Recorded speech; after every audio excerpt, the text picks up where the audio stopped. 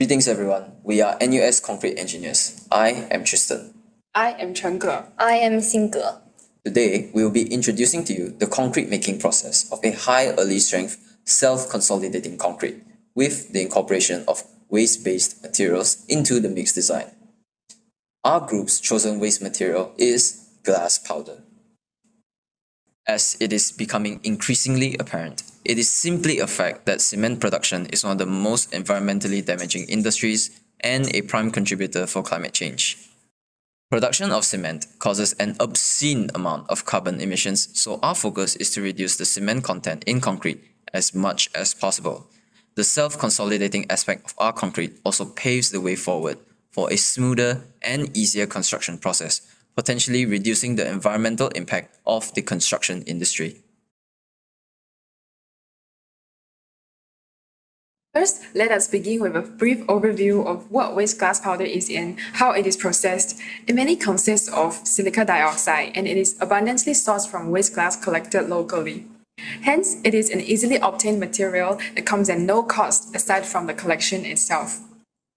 To begin the production process of the waste glass powder, glass bottles are collected and cleaned thoroughly. The bottles are then soaked in water for 24 hours to remove all paper labels from the glass surfaces. The cleaned glass bottles are then stored in a lab environment and air-dried for 2 days. After the cleaning process, the glass bottles are crushed using a jaw crusher into glass cullets.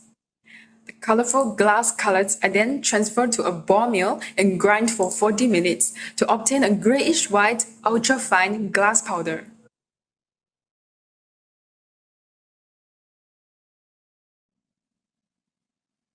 Now we will move on to the usage of glass powder in replacing cement and how it works. According to a research done by our supervising professor, Dr. Du, incorporation of glass powder does not reduce the concrete compressive strength significantly, but depending on the degree of substitution, and it even increases the flowability of concrete, which is something we are looking to do in order to produce a working mixing design for self-consolidating concrete. Here is a graph of the particle size distribution of ordinary Portland cement and glass powder. Can you tell any difference between the particle size distribution of these two materials? No. So that's why we use glass powder as a substitution of cement.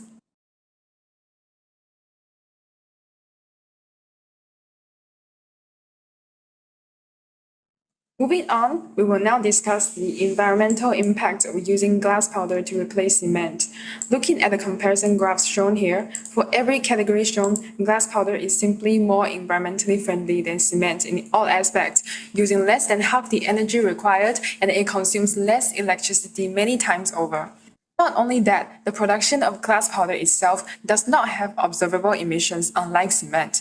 The production cost of glass powder is also reduced to almost zero, as it is collected from waste. The only cost comes from the consumption of water and electricity, which is negligible compared to cement production.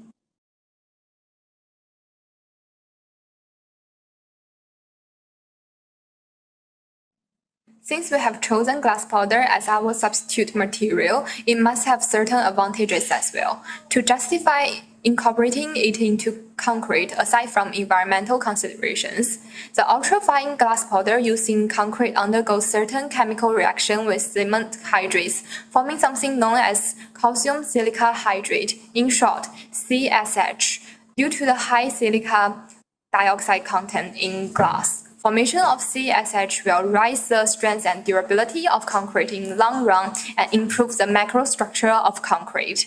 Additionally, this will strengthen the interfacial transition zone, which is the weak parts in concrete. This improves the chloride and water resistance of concrete. Therefore, there are significant improvements to concrete when glass powder is incorporated. That's all for our educational video. Thank you for your attention. Now, let's start our exciting concrete mixing journey. Here is a footage of our concrete making process on 1st October 2022. Here we are first greasing the cylindrical molds to seal the mold properly.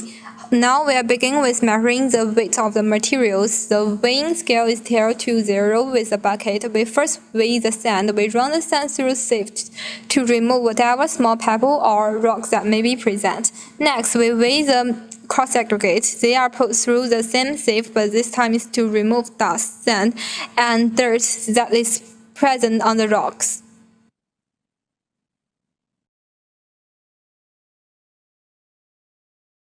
Now we are measuring the cement, limestone powder, and glass powder all together in one bucket. Here we have gotten the required weight of cement, which is 7.5 kilo, so we simply tier to 0 and continue weighing limestone powder.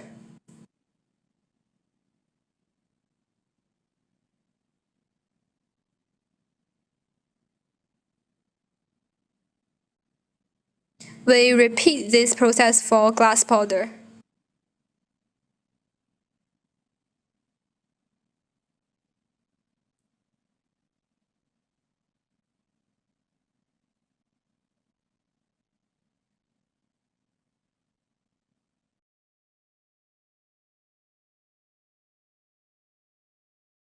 Water is weighed in bucket until 3.72 kilogram.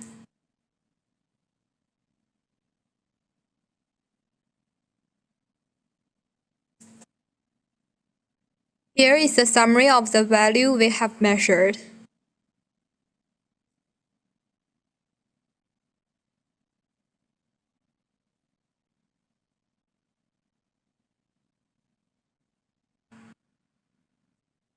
Here we are measuring the amount of superplasticizer, which is 262.5 milliliter. We ensure that all of the SP is transferred from the measuring cylinder into the container by raising the measuring cylinder with some of water we measured out before.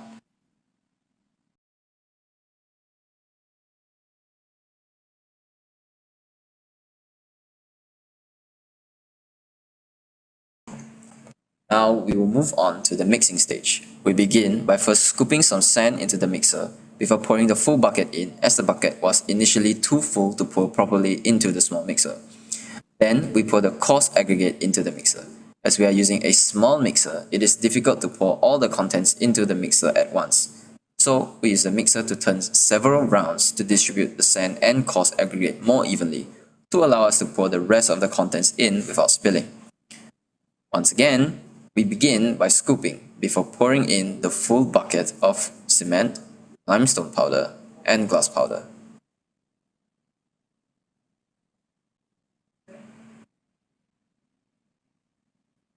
Now, from the time and date website, we show the current time in which we begin the dry mixing. The contents in the mixer will be dry mixed for 3 minutes before water and superplasticizer are added in. We'll be using this time, which is taken as 5 PM, for our 24-hour testing later on in the video. A precaution done when mixing is to cover the mixer opening with a plastic sheet so as to prevent the dry contents from spilling out and prevent any from leaving aerially due to the disturbance caused by the mixing. Now that 3 minutes have passed, we will begin adding water and superplasticizer. Only about half of the water content is added first, with the superplasticizer being added at intervals. This ensures that the superplasticizer is more evenly distributed than it would be if we had just poured all of it in. We then rinse the container containing the superplasticizer several times with the remaining water and pour it into the mixer.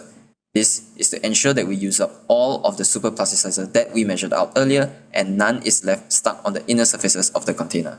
With that, we have finally added in all contents. Just a quick time check. Do take note that the time here is 5:07 PM with a current recording length of 16 minutes. We pause the mixing here for a while in order to make sure no contents are stuck on the walls of the mixer by using the scoop to scrape off whatever contents there are. Gradually, the longer the mixing goes, we can see that the concrete is becoming more and more flowable. This is because the water and superplasticizer is being distributed more and more evenly throughout, thus increasing the flowability.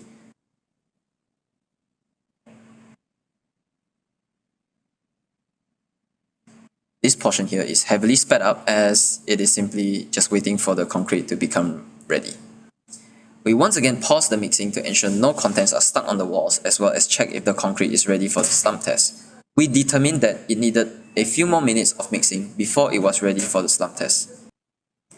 Now, here is where something very unfortunate occurs. Our video camera ran out of memory and the recording stopped.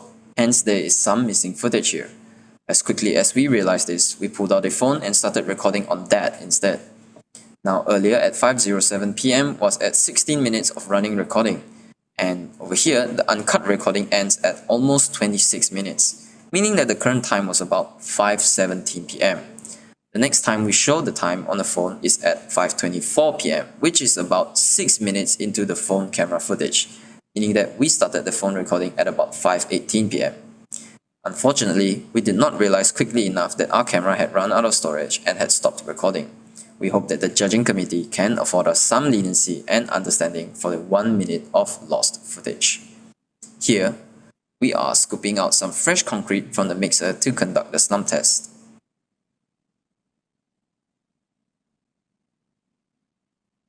We first wipe the base plate and cone set with a damp cloth to remove any dirt and to ensure that the surfaces are not too dry, which would affect the results of the slump test.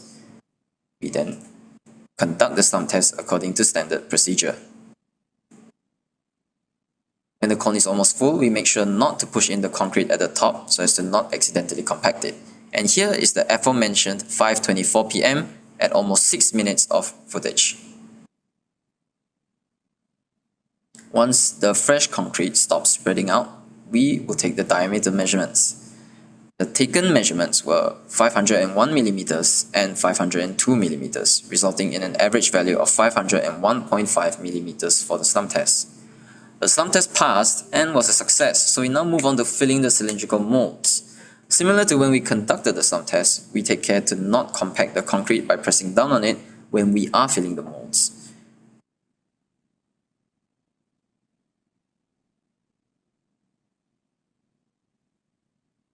Now, we are going to leave the molds here to come back for it tomorrow, after we have placed the stickers on the 3 cylindrical molds.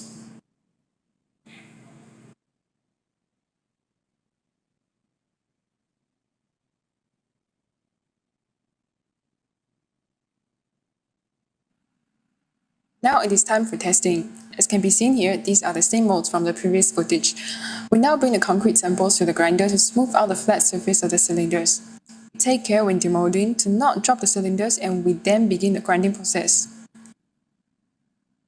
We stop once a length of 300mm is reached as required for the test.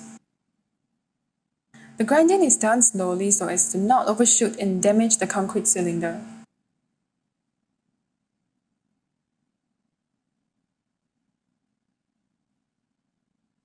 This process is repeated for all 3 cylinders.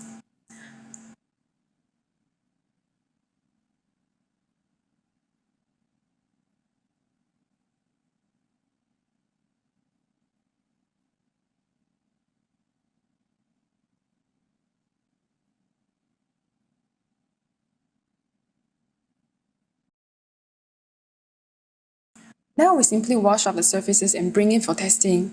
We measure the diameter of the cylinders using calipers, and all 3 are 150mm. The flat faces of the cylinders are wiped dry before being slotted in. The loading rate used is 636 kN per minute. Now here we show the time from the required website, and as you can see it is 5:07 PM, which is almost exactly 24 hours from when we began the mixing process yesterday. We will now begin the testing.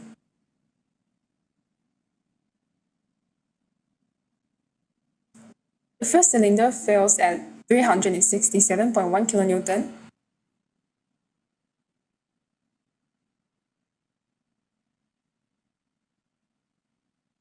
Second at 385.5 kN.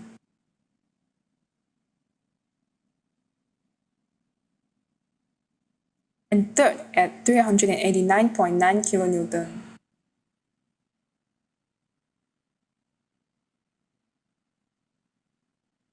And with that, we are done with the testing process. We hope you have enjoyed our video and learned some things about the process of producing self-consolidating concrete. Thank you for tuning in. Until now, this is NUS Concrete Engineer signing off. Bye-bye.